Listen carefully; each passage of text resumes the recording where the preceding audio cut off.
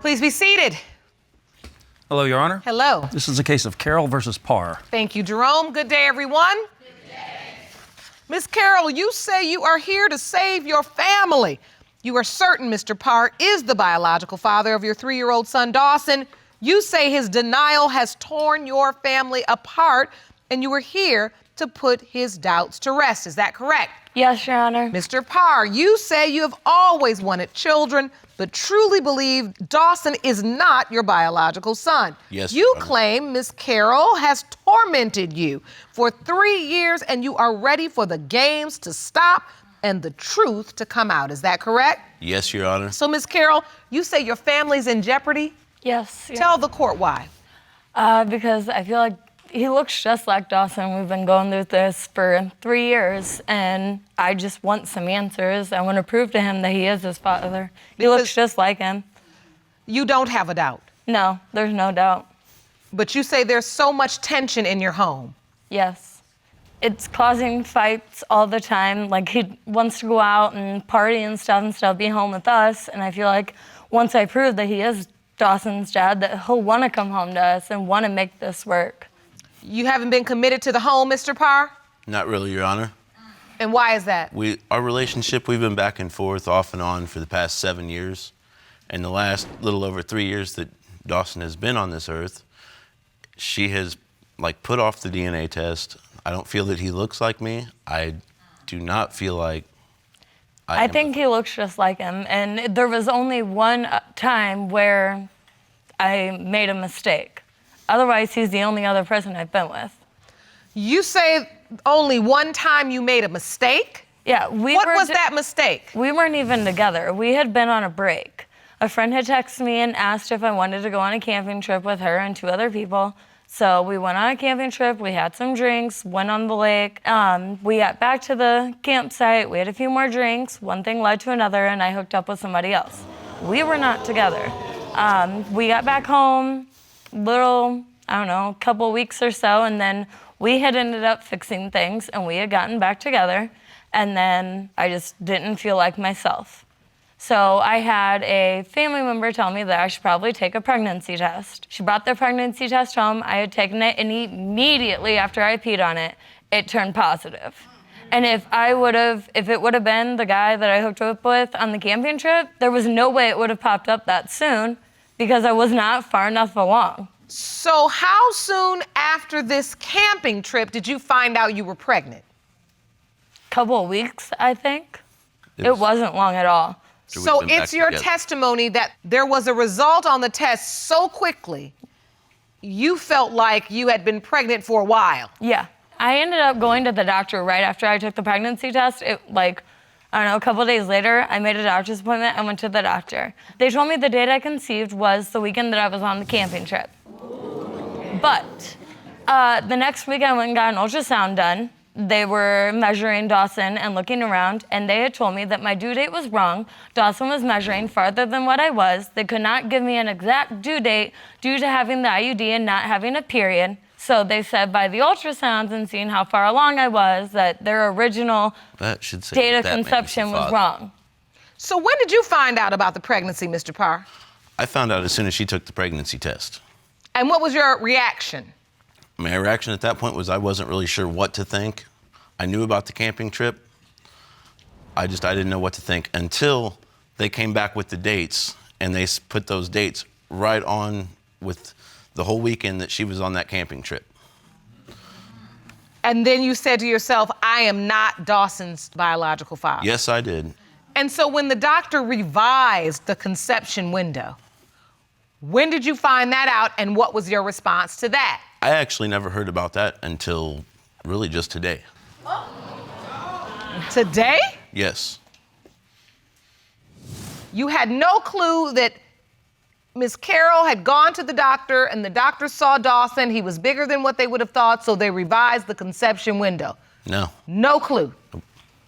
So, Ms. Carroll, that's important information. Somebody would remember that. No.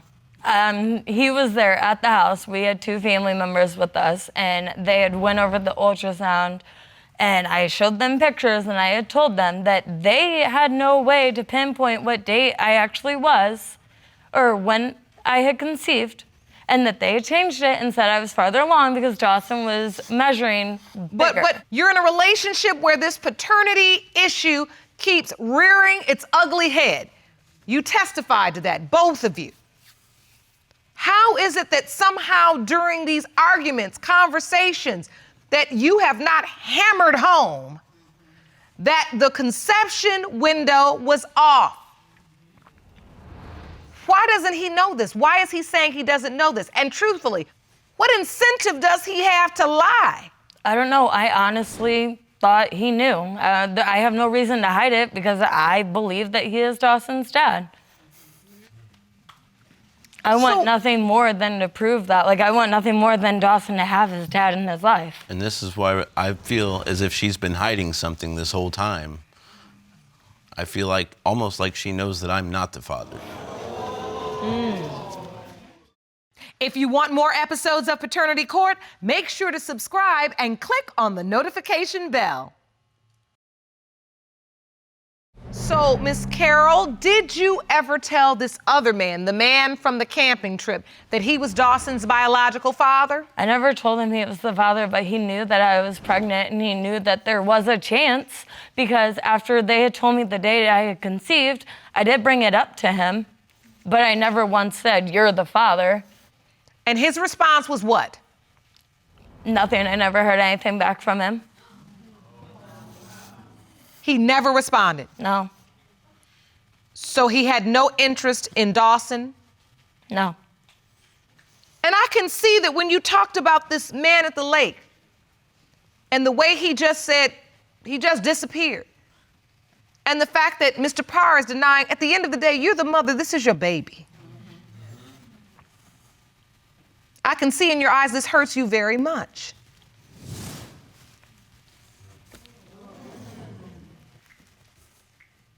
I want you to speak for yourself and for your child and tell Mr. Parr, what does this paternity denial, what does this mean?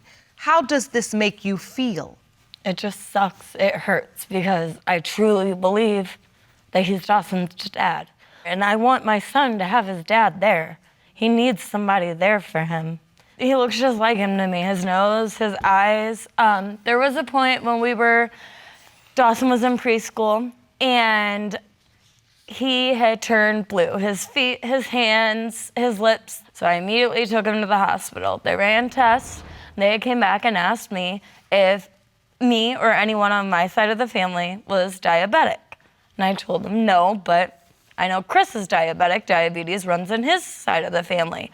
They told me that diabetes could cause loss of circulation, which could be why his feet and hands and lips were turning purple.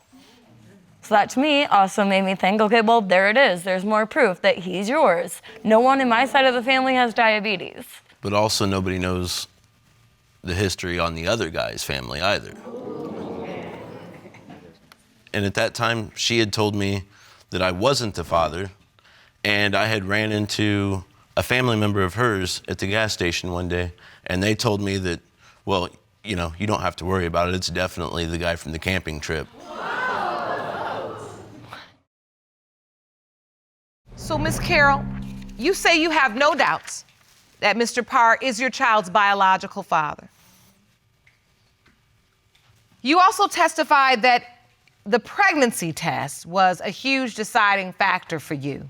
Yeah. That because the pregnancy test gave the results so quickly, you originally thought that Mr. Parr was Dawson's biological father because you felt like I would have had to be pregnant for a while for this result to come so quickly.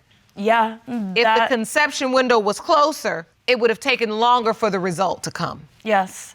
As soon as I went to the bathroom and took that test, I didn't even have to sit it on the counter and wait. It immediately turned with both lines, like right away. And if it would have been the guy from the camping trip, it wouldn't have taken that long. I don't even think it would have showed up because it was not that long after the camping trip that I took that pregnancy test. Well, I find that testimony interesting, but I've never heard definitively how that is based medically, and I want more information on that. So, Jerome, can you please escort Dr. Samantha Brown Parks into the courtroom? I want to ask her. Yes, Your Honor. What does this mean? I'm gonna have you go right up here to the witness stand.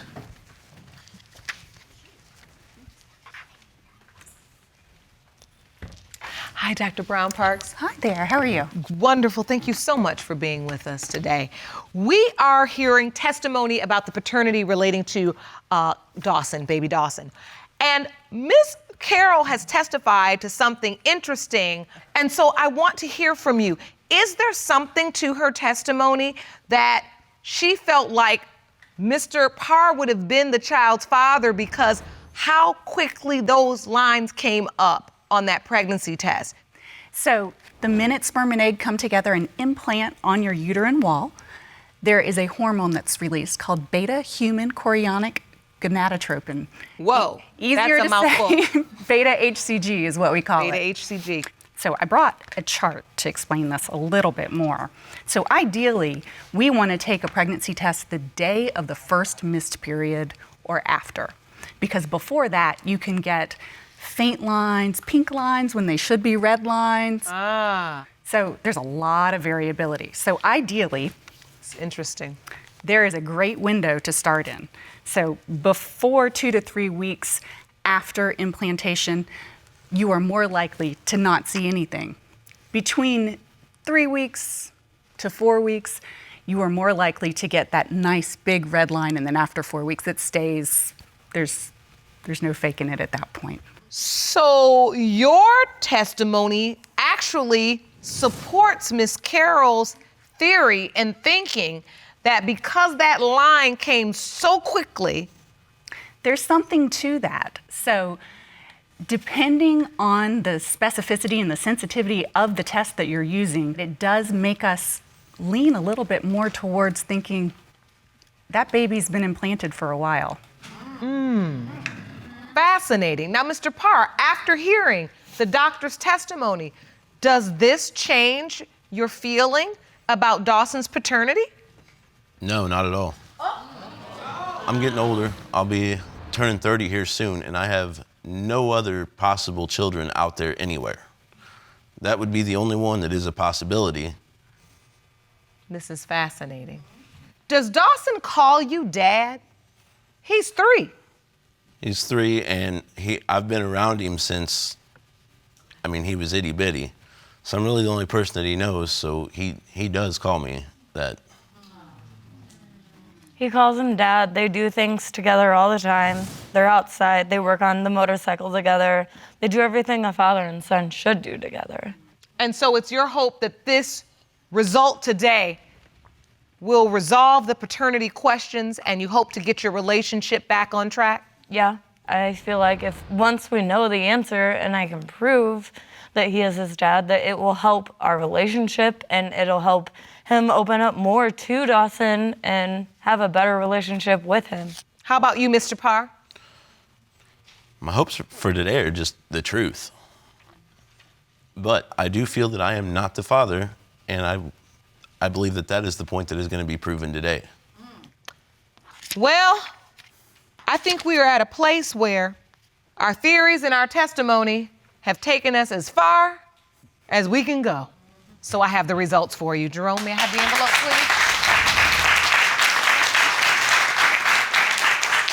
please? These results were prepared by DNA Diagnostics, and they read as follows.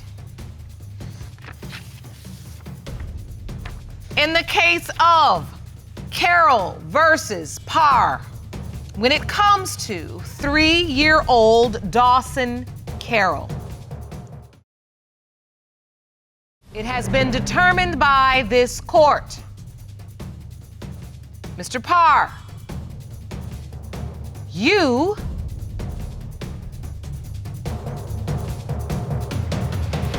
are not the father.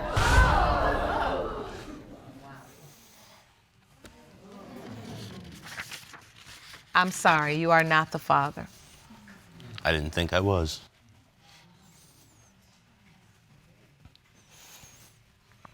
I know that's not what you wanted to hear, Miss Carroll. So Dawson's 3.